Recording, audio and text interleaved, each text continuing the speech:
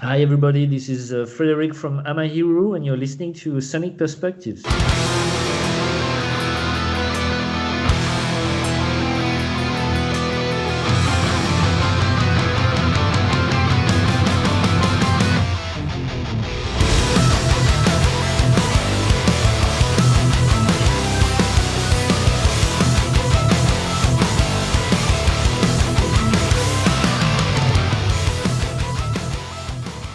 Hi, everyone, and welcome to another interview of Sonic Perspectives. I'm Rodrigo, and our guest today is the multi instrumentalist Frédéric Leclercq.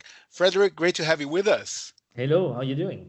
Good, good. Let's talk about your new project, Amahiru, where you're playing with the Japanese shredder Saki.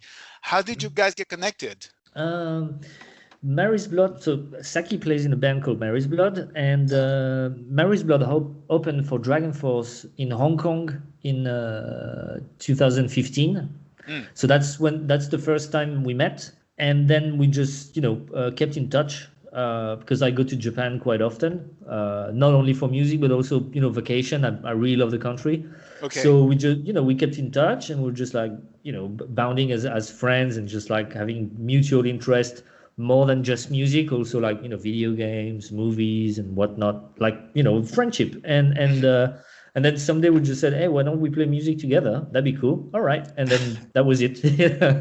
Nice. And I hope that one of the side effects of this band is that she gets exposure in the West because in Asia she has a big profile already, right? Yeah, exactly. Exactly. So Yeah. hopefully that will help. Yeah, for sure.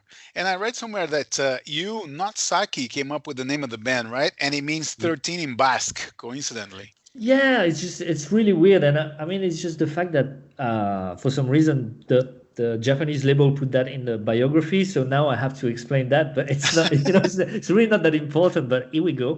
Uh, Uh, we had no name for the band at that point, and I had a dream because I managed to sleep sometimes in between all the because I was producing the album, so I had like very little sleep for about 3 months of like mm, getting everybody's files because of the time difference, and also Archie, the singer, is from UK, but he was recording at nights, so he would send me stuff at 4 in the morning, so I would get a text that says, "Oh, I recorded that part," and I was like, oh, "Okay," and I was like, try to fall back asleep, just like, but that's not me. I'm like, oh God, I need to check. So so anyway, yeah. and one of those moments when I was able to sleep, I had a dream that someone was like, "You need to sign this band.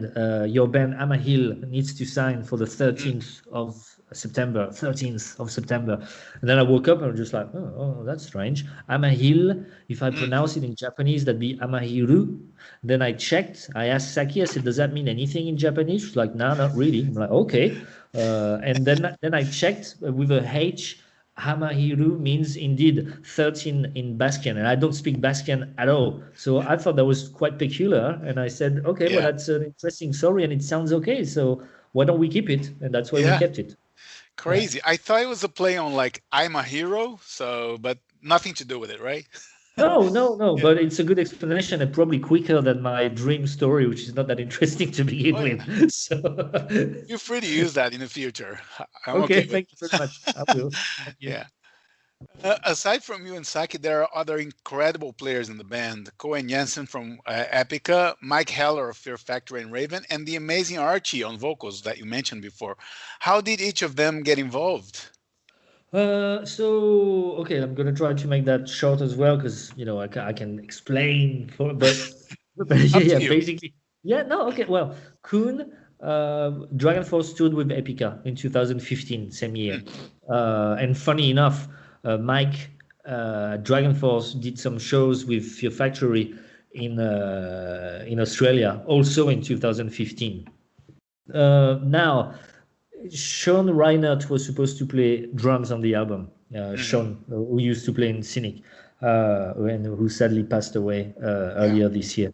Um, but because of schedule issues, he originally was like, "Yeah, okay, I'm gonna do it," and we had like a deadline that was more like, I can't remember, maybe October 2019 or something, and then he got like moved to June. So I was in Japan with Saki finalizing the demos before the actual recording, and I was sending stuff to Sean. He did like a try on one song. He recorded one song, and then we needed to have everything sort of ready. But it was also, you know, moving houses, so that means he had to move his studio and whatnot. And he was like, "Oh, dude, I'm sorry, but I can't do it. The song I recorded, please feel free to use it if you want, but I can't do the rest of the album." So I said, "Okay, sure. I'll maybe we can use it for a you know, bonus. That'd be cool." And then I was like, "Okay, now I need to find a drummer. I have 2 weeks." And what happened? You know, oh my god! And funny enough, while I was in Japan, the first day or second day I was in Japan to work on the album, I went to see Raven, and Mike was there, and I was like, "Hey, long time no see." Blah blah blah. So we reconnected. So when we had that problem with Sean, I was like, "Hey, why don't I ask Mike?" And and then I sent him a message and I said, "Are you free next week or the week after?" And he was like, "I'm recording something, but then I have time." I'm like, "Okay, great, you're hired. You got a job." And that's how it happened. And then to finish on the drums story, like I said, Sean passed away, and instead of having the song just as a bonus for whatever, you know, would have been for the US perhaps, or I don't know, I just felt like that was not doing him justice in a way. So I felt that it would be better to have the song on each versions, but also because we treated the song differently, because it was supposed to be a bonus. So it didn't have the same elements, you know, in terms of production as the rest of the album. So the version with Mike was the one with all the choirs and whatnot, and I really wanted that one to be on the album. But I also wanted the one with Sean, so I reached out to his family and I asked if it would be okay if we could use the song for the entire album, and they say yeah, sure, go ahead, blah blah. So that's why you have the song twice on the album. It's like a little tribute to Sean.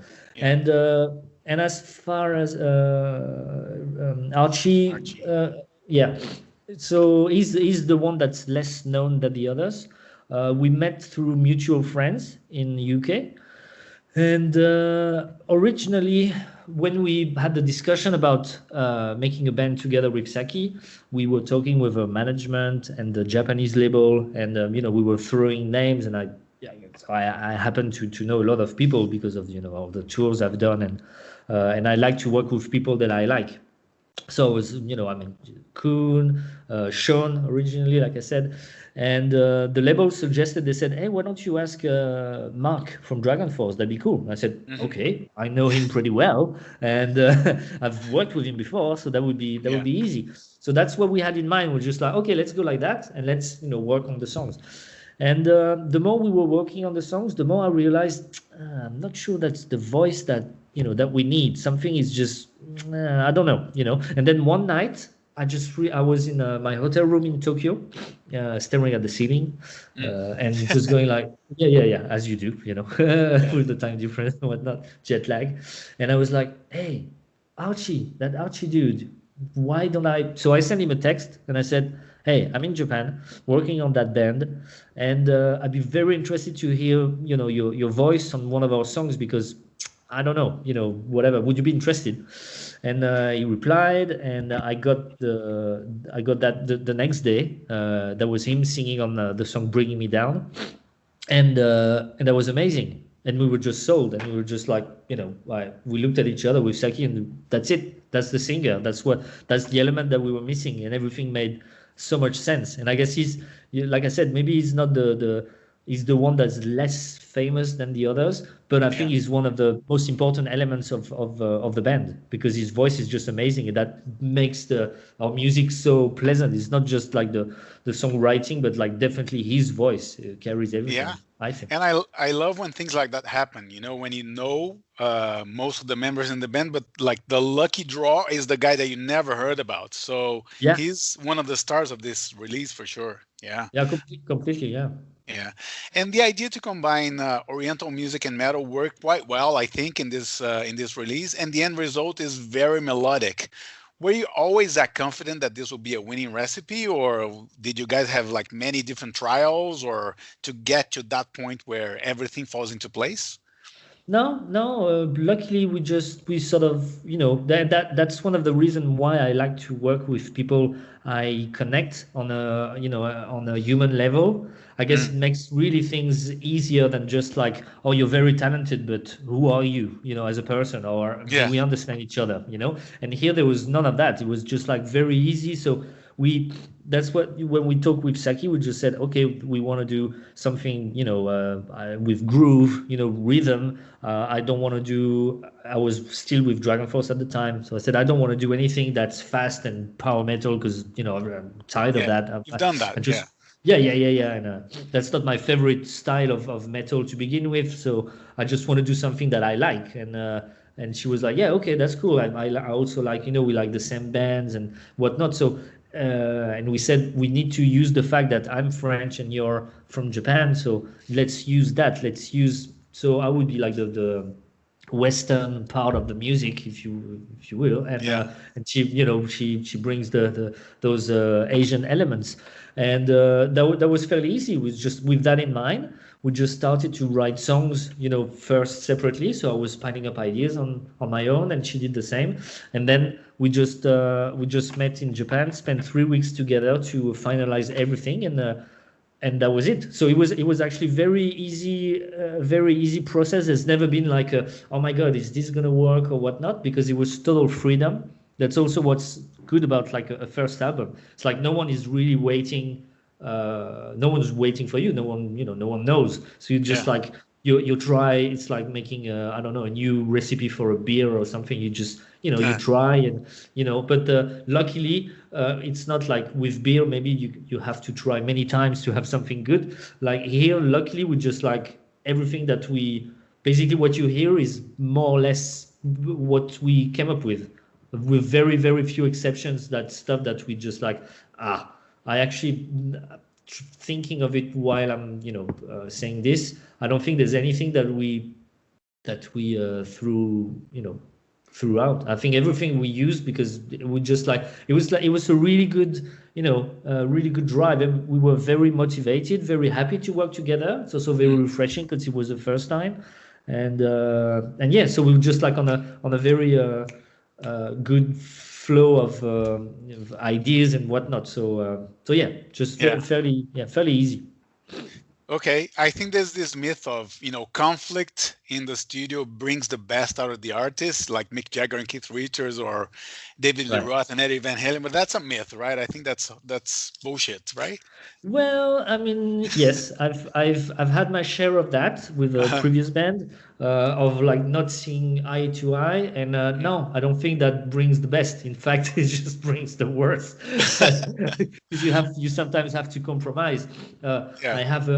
I have a good example in mind. It's just funny enough. I was talking about it with Jens not so long ago. Jens Mm. Bogren, who Yeah. mixed the album, he mixed Amahiru, was also producing Dragonforce. The two albums, Maximum Overload and Reaching into Infinity. Mhm. And I remember I was more like Jens and I one side, and then Sam and Herman the other side. And I remember we were just like arguing about the song, The Game, and they were insisting on having that part that. Funny enough, it's just Jens brought it up the other day. It was just like, yeah, you remember that part? I'm like, yeah, you still remember that. That we were convinced that no, the song doesn't need that part, and the other two were like, no, no, no, it's we need that power metal element. We're just like, no, you, oh my god. It was like a really big argument. I remember like Herman yelling and going like, you don't know anything about power metal, and I was like, hey, I wrote the fucking song. But it was fun. It was not those arguments never lasted more than I don't know, not even 5 minutes, like 1 minute, and then everybody would be laughing. It's all right, fucking. But Okay. so I remember that, and what I'm saying is just like the result is I still wish that we we didn't argue, and we went. So maybe I don't know, maybe sometimes it's good to argue and it brings out the best, but most of the time it's just like a waste of energy Yeah. and compromising and whatnot. So. Yeah. Speaking of which, tell us about Lucky Star with Liz Reed. Honestly, that's probably my favorite track of the album. Well, we argued a lot. No, we didn't.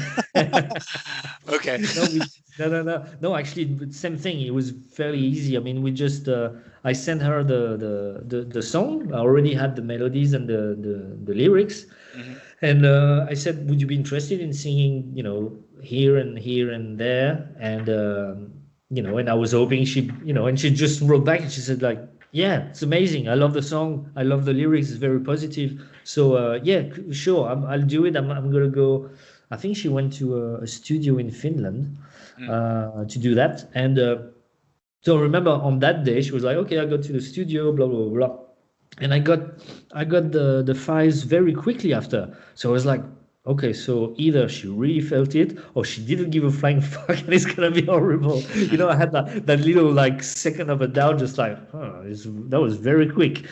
And then I heard what she did, and I was like, and I'm not saying it just to say it. I really had goosebumps. I remember I called my wife. I said, "Oh, come listen to this. This is beautiful." I think she did, obviously, like she was following the melody that I wrote, but she just like the way she interpreted, and I think her voice, like it has so much into it. I love what she did with the song. I mean, it's also Sammy from Kreator. That's also his favorite song of the album. He was like, Yeah. "Oh my God, you should have done a second chorus at the end. You should have do it twice, and that song should have been blah blah." I'm like, hey, easy, easy. But that song is really cool, and I think kudos to Ellie's. I mean, her performance on it is beautiful. And I mean, I was talking to her the other day. We're just like sending vocal messages and whatnot, and I was thanking her again because it's beautiful. I mean, her voice is really really beautiful, in general, but on that song specifically. So yeah. And like I said again, there was absolutely no argument. There hasn't been any argument on the album. Maybe sometimes with Mike, but more like he was more tongue in cheek because he's got a strong sense of humor in me too. So we'll just like throw shit at each other. And maybe with Archie because I'm more like things that need to be delivered today. I like to deliver them yesterday, and he's more like Okay. delivering them tomorrow kind of thing. So that was sort of stressing me out. Hence the sleepless nights. He would be working at night. And I'm like, oh my god, you know. But apart from that, there's never been like major arguments and whatnot. So that's why when you were talking about it, it's just like that didn't happen. I have like very, very good memories of the whole process from the songwriting to the finalizing the songs in Japan to even working even from a distance with Kuhn, Mike, and Archie, and then going to Sweden with Jens. Everything has been a very, very pleasant process, and believe me, I've had like my share of unpleasant recording process in the past, and I that was bet. yeah, that was really easy. Yeah. Okay. Tell me about the first single, WTTP or Welcome to the Party, which is quite melodic and kind of begs for the crowd to join you guys in singing the chorus, right? Yeah, Yeah. it's actually the second one. The Oh, first okay. one First one is was quite a ours. Yeah. yeah, exactly. But Mhm. let's talk about Welcome to the Party. Yeah. So in terms of music, Saki came up with that one. I worked on the vocal melody, but she had all the riffs and the sort of a structure. I added and so like I said, I was producing the album. So obviously I had like more of a input on every part and whatnot, and kind of had the final word in a way. But it sounds pretty harsh, and it was not the case. I was not being like, well, I'm the producer anyway, so shut up. It was not like that. But I guess I was more I had like the upper hand. Oh my god, this is horrible. I mean, it sounds really horrible whether you put it. I'm trying to say it nicely. I It's guess all I right. produced the album. Yeah, I produced the album, which means I was in charge of the arrangements and whatnot. Okay, Mhm. that's nicely put. Yeah, and so yeah, so basically she came up with the 70% of the song, let's say, and I worked on the pre-chorus and whatnot, and I guess it had that sort of like vibe and easy, fun. It reminded me. I gave it a touch of Alice Cooper, Hey Stupid, the song "Dangerous Tonight." I love this album, and Oh, okay. the when you have like, hey, because I'm one day, no, but I forgot the lyrics. That after chorus part in "Welcome to the Party," with the organ in the back, that's definitely like, I'm dangerous like a razorback, deadly like a heart attack, from Alice Cooper. It's like the same vibe. I felt the same energy and a feel good energy, that I felt when I discovered the album Hey Stupid. I love this album. And so for the lyrics, I was like, okay, I can't really talk about, a political subject and whatnot. It has to be fun. And Yeah. I wasn't sure what to talk about. And then I was like, well, just going to talk about when I'm drunk in Japan. And that's what the lyrics are about. It's like it's 7 a.m. and I'm still wide awake. Yes, that happened. That's definitely what happened to me a few times in Shibuya or Shinjuku in Tokyo. And I guess that it's, I'm not pretending that we have like a deep, like I said, political message or just like blah blah. It's really about having fun, and I guess that's what the song was about, and the video as well is that it's fun. If you've seen the video, it's Yeah. we had like Japanese fans in a small club, and we played the song obviously more than once, but it was still enjoying it each time, which is good. And then you have Saki and I in the streets with some drinks, and then I'm playing guitar in the car throughout the streets of Tokyo, and everybody was like staring at me, and I was laughing, and it was really like a good time. A lot of fun was put into the writing of the song, and I guess we needed to have that in the video as well. Hmm. Yeah. And tell me about Ours, which is a little heavier for a change and Yes. has that Asian influence a little bit more on the sleeve, right? A little Yeah. bit more apparent. Yes. So ours is our first single, not the second one. Sorry. No, that's fine. It's fine. It's fine. It's fine. Yeah, I guess that song I came up with that one when we heard it, we knew it would be like the first single. There was no doubt. It was just like the chorus is like really catchy, and it has like those like you said, like there's "Welcome to the Party" has very little Asian influence there, as opposed to ours as that, like you said. So it's there, and I guess it was like a nice what's the word? It was a nice presentation, like a first step into the world of Amahiru for people, and yeah, it's just like the format is also like very. I don't know if it's gonna end up in any radio in the US, but it could definitely be on radio because it has that sort of drive to it. The tempo, tum ta tum ta tum ta. It's easy. It's just like makes you wanna. I don't have a driver license. I'm sorry, but if I had one, I would definitely drive. I would like to drive listening to this. It just has a nice drive to it, I'd say. So we knew, everybody knew that it would be the first single and first video. It was just like we had very little discussion about it. We were just like, oh yeah, that one. We also thought it could have been like the first one to be on the album. It could have been the album opener, but because it starts with vocals directly, we just felt like it'd be better to have like a sort of like guitar intro, which is why the song "Innocent" is the one opening the album. But yeah, ours is really. I don't know. I mean, like I said, I wrote the song, so I'm not just gonna go on how amazing the song is. But I think it is. It's very melodic. Again, it shows Archie's melodic abilities. Everybody's on top of their games, playing wise, and the video.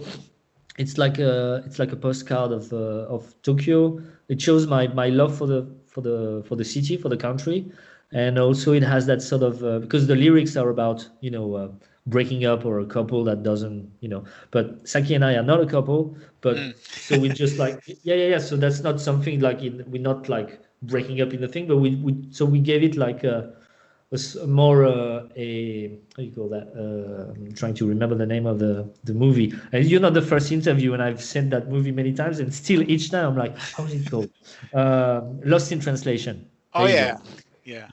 Yeah. Which has that sort of melancholy kind of vibe to it. So there's a bit of that in the video, and I think it turns out really nice. We didn't want to we didn't want to have anything too cliche or just like pretend to be lovers, and it's not that's not what it was about. So it was more like a, to show my love for for Tokyo, and to play around that melancholy kind of vibe, and I don't know, it just turns out pretty fucking nice, if you ask me. Yeah, absolutely. And well, the movie is in Tokyo too, and it's not a romantic couple, so that fits perfectly. Yeah, there you go. So Yeah, yeah. Another thing that caught my attention is the album cover, which is a simple design but very effective. I love the color scheme, the light in the woods, that samurai sword in there. Who came up with that concept? Was that you or?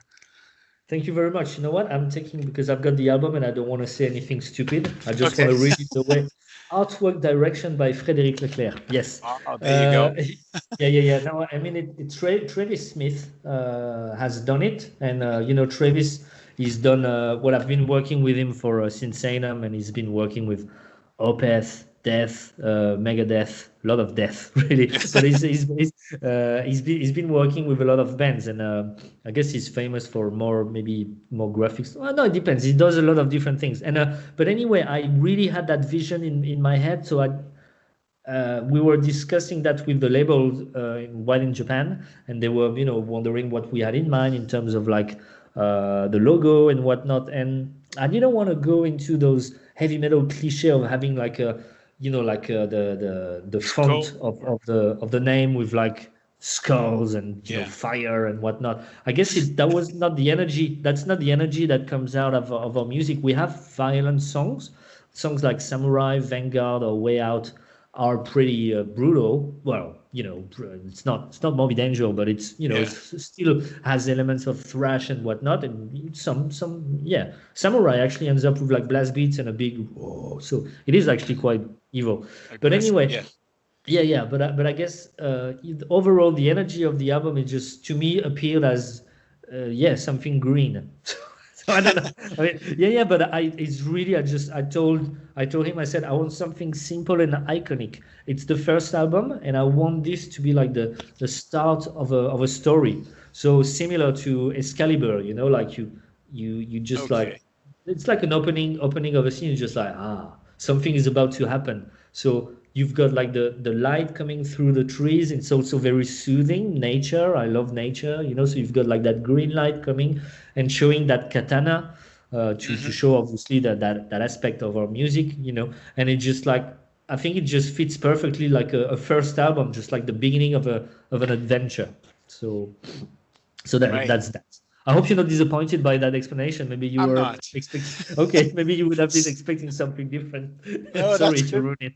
That's good. I must say I like the logo too, which is quite unusual, different from the usual logos we see. So there's that element there of uniqueness in the visual aspect as well. So the logo has been done by Philippe Eudes, and he's the one who did also Sinsaenum. Sinsaenum is very, very metal, like very aggressive and whatnot. And here again, I told Philippe, I said I would like to have something that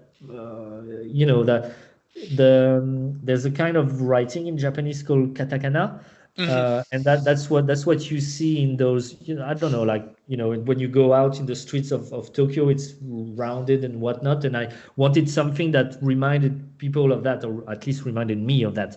So something rather thin and rounded, but also pointy, and he came up with that, and I'm very pleased with it. So. Nice. And there are 2 instrumental tracks on the album, the bonus track Zombie and Ninja no Tamashi. I want to make sure I'm getting this right, which are a little bit on the proggy side. Tell us about those 2, which are quite unique and different from the rest. Yeah, there's actually a third one called Waves. It's a number 9, and that one we wrote it when we were hungover, and it's very very sweet and soft and. But okay, Zombie to begin with, it's a cover. So I don't know if you're familiar with the band Goblin. From Italy, yeah. Yeah, exactly. Okay. Well, Zombie is from it's the soundtrack of the movie Dawn of the Dead. Yeah. So it's just that. So that's why it's so proggy, because it's not our song. Funny enough, I read an interview the other day of someone that did not enjoy the album, and he said there's only a few, because if everybody seems to enjoy it, and that's good, but obviously some people won't like it. And that guy said that was the only original song on the album, and that was the cover. And I was That like, must this have is hurt. yeah, I was like, this is really mean, but fuck you, just fuck you. Jeez. I forgot his name. But anyway, so yeah, so Saki and I, we love horror movies. And one night, when in Tokyo, we went to a place called Deathmatch in Hell. And it's a small bar, where you can fit, I don't know, maximum 5 people. And it's just horror movies and death metal. It's amazing. It's really amazing. And we just went there and started talking about like all the movies that we like and whatnot, having drinks, quite a lot of drinks actually that night. And then the next day we were just like, okay, so we need to think about the album and the bonuses that we might want to blah blah. And I said, why don't we do a cover of, because we both love horror movies, why don't we do a cover of Goblin? And then we were just like, oh, okay, yeah, which one? And it just sort of like, instead of having that middle section, which is like more, voodoo, so with African, percussions and whatnot, I said, hey, we should do that one, but with more Asian sounding, elements to give it our own twist and whatnot. And then in the middle, we go into another song from Goblin, which is called Ténèbres, whatever you want to pronounce it. The band Justice has done a cover of that song as well, I believe. And so yeah, so we just mix the two together, and that's why it sounds so proggy and it's cool. And as for Ninja no Tamashi, that's the first song, the first melody I wrote once we decided on doing this band together. I was going on vacation with my wife, taking a train to go south in France, and we're sitting on the train. I'm like, oh, hold on, I'll be right back. So I went out. And I went on the, outside the train with my phone and started to sing that melody, because I thought that was pretty cool. I was inspired. Oh, great! I'm doing an album, Japan. Wow. So, and I kept that melody, and I said, this is just, reminded me of a sort of Satriani, Crushing Day, that type of, the album Surfing with the Alien. When it was just like, about like great melody played on guitar rather than just technical, but like something that you can whistle and whatnot. And and I guess that's what we did. And because we knew it was going to be an instrumental song, we thought, well, there's no limitation. We can really go wherever we want. So that's why it shows our proggy style, which also you can hear on Lucky Star, I suppose. But but here it's more like there was no limitation, so it goes through many moods. Some parts sounds like the band Death, to talk about death again. But so it goes through different motion. I guess it's an instrumental, so you have to keep surprising people, as well as, like I said, focusing on that main melody, which gets stuck in your head once you heard it, hopefully. But and I think it's maybe one of my favorite songs of the album, the Ninja no Tamashi. It's really a cool song. Yeah, it's a high point for sure. But see, there you go. It's one thing that impressed me is that obviously these 12 tracks don't sound the same. They cover a lot of ground, but there's an identity already established by the band. Is that something that worried you? Like, how do we get something so diverse but also has key elements and has an identity to it? Well, I'm glad you're saying this, because again, going back to that review, that I was talking about earlier, the guy was like, it just has no identity. And I guess it really depends on the, how the person that's gonna listen to it, how much that person wants to give in and wants to be like, oh, okay, I see the world. Or if you listen to it, then you're in a shit mood. You're just gonna be like, okay, I'm gonna read this album. There's no identity, because it's really hard for me to define how much of an identity, because there's obviously a lot of me and a lot of Saki in the songs, and we did not try to copy anyone, but obviously we do have influences. So it's great when we hear that coming from you and other people, and when some other people thinks we don't have it, we just like, well, maybe we don't, it's very, but it's true. It's Yeah. very difficult. So I guess the fact that we were mixing those Asian elements, and the I think part of the why we have that identity is definitely because that's what we were saying earlier. Definitely Archie's voice, that definitely helps a lot. It brings everything together and makes the whole thing like and the production, and I don't know. I mean, I'm like I said, I'm very happy that you feel that way. But if you had felt differently, again, there was no way for me to really force it down your throat. It's really. I guess like we didn't really think so much, just like, oh my God, we need to have our identity. Oh my God, we need to be so unique. It was just like writing music from the heart, and indeed not caring too much about shoving different elements like prog, thrash here and there, and kind of hope for the best, because like I said, there was like that great sense of fun, freedom, excitement of doing something new, and that could also backfire and have like an album that really goes left and right, and with no and luckily, apparently, if you say so, we did manage to have. That's how I feel as well, but again, I that's how I feel, that's how you feel, so I hope that's what people feel too. And it's okay. You don't have to please everybody. It's do what you want and what you think it sounds nice, and the result, Exactly. Right? Exactly. That's exactly what we did, which is great. And then again, that's great also when once the album is out, and then you hear people just like getting where what you meant or what you wanted to do. So that's the bonus. Yeah. And changing the subject a little bit, you joined Kreator fairly recently. How are things going in the writing sessions? I know you have a new album in the works. So how is that going? Super, as we say in German. It's great. It's really cool. So the way it worked, I spent so in July, August, September, and October, I went to Germany 2 weeks per month. So I would go, 2 weeks in Germany, then come back and pack my boxes, because we were moving with my wife.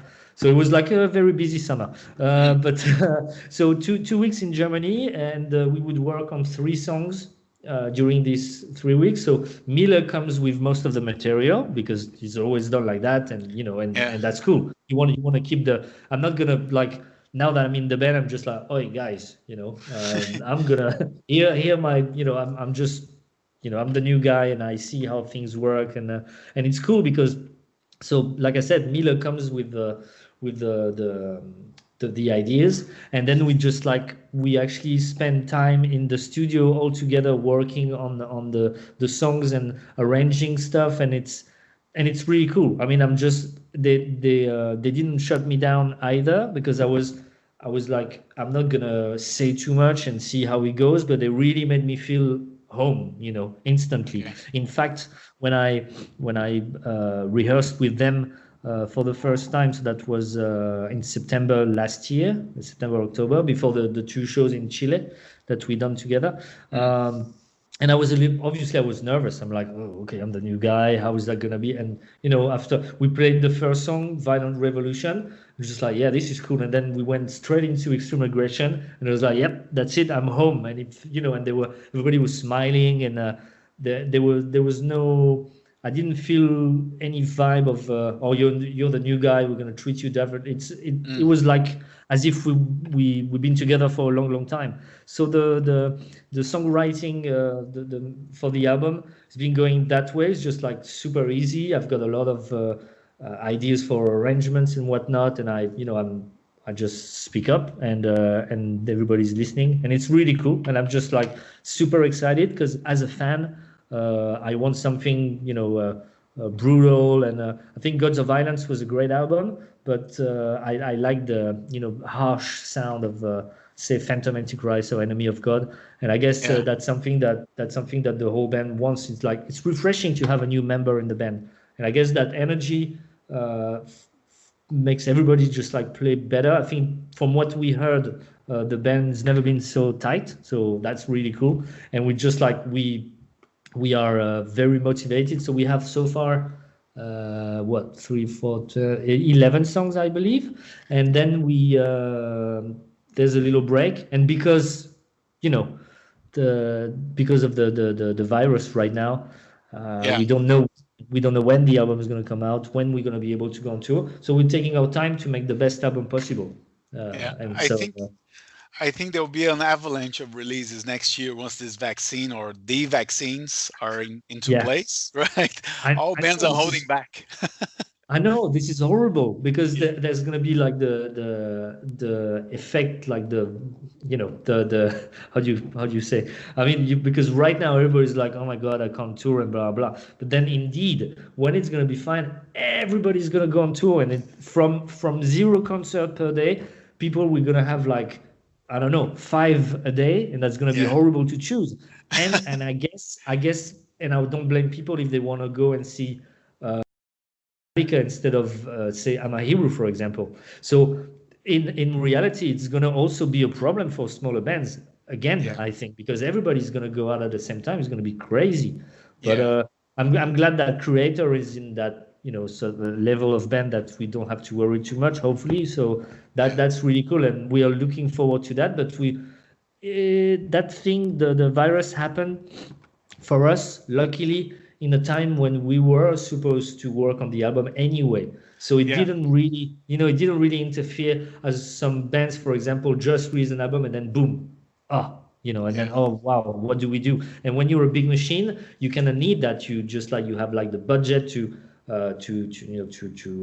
not go on tour for a year or two, and then you need to go and just like generate money touring and blah blah blah. So it's a real system, that people sometimes don't understand. And we are lucky to be in that part of the whole cycle where it's not affecting us too much. But I feel for the bands that that were that are in that cycle and just release an album and then they are like boom, because for them it's difficult. And for Amahiru it's not, because it's a first album, so there's no big machine in motion yet. So while it would have been great to release the album and then straight go on tour and do shows and present the band, in a way, because of the situation, the situation right now, and people are stuck home and they need to have a good time. In a way, trying to stay positive, I think it's cool to release such a feel-good album in such dark times. So maybe it is actually good timing, in a sense. Oh yeah, for sure. Yeah. For the few bands that are taking the chance and taking the risk and releasing new material, that's refreshing for sure. Yeah. I think one side effect of this, if I may contribute, I think bands will be more creative in their bills and their combined tours. Like maybe now it's the time for the big four to finally reunite and go out on tour. Maybe Slayer can come out of retirement. I don't know. But, more creative bills, because smaller bands will not sustain to go on tour on their own, because like you said, the biggest draws will take all the money from the fans. Yeah, definitely. But I mean, come on, Slayer, no, please do not come back. Leave space for the other people. No, it's good. Yeah. We'll see about that. So last question for me, what is the current status of Sinsaenum? It's been a while after your last album. Well, we had like so much, or I had so much to deal with for, I don't know, like, because the first album came out in 2016, but that means that I was working on it for a long time, and everything, like it really took time to put everything together. So I was really working on it, and then we couldn't go on tour because of like certain people management, and issues and blah blah blah. So we worked on an EP and then a second album, and that means when I say we, it's just like I really fucking worked a lot, and then we went on tour, and then after that I was sort of like, burnt, and I was like, okay, I need to take a break. And also, once we came back from the world tour, half the world tour, because we didn't go to the US or to South America, but we started in France, and we Europe, Russia, Asia, and Australia, New Zealand, so half the world. And then once that was done, it was time for me to work on Amahiru, also on the latest Dragonforce. Then I joined Kreator. So finally, I mean, not finally, but I mean, all in all, indeed, the Sinsaenum was released in 2018, but it's not like I've been sitting on my ass doing nothing. It's just I had quite a lot to do, and to be honest, right now I already have like 12 songs written. So I've still been working on it, but I guess now it's just about redefining ourselves a little bit.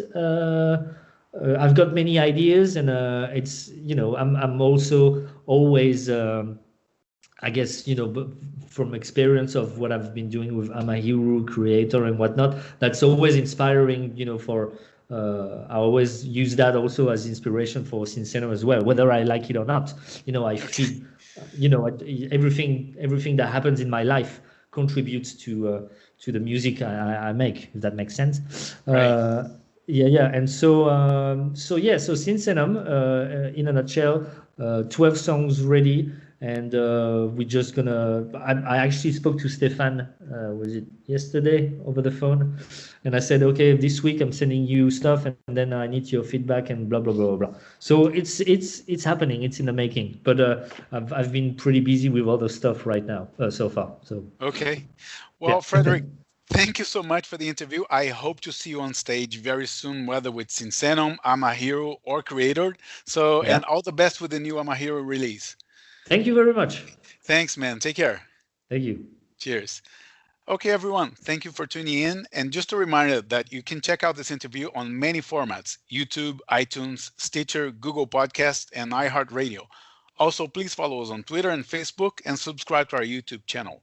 Let's wrap it up with the song Hours from Amahiru's debut album. Stay safe and see you next time. I wanted something and I wanted it for nothing. Pressure mounting and I fall into inaction. Wanna make it not become another story.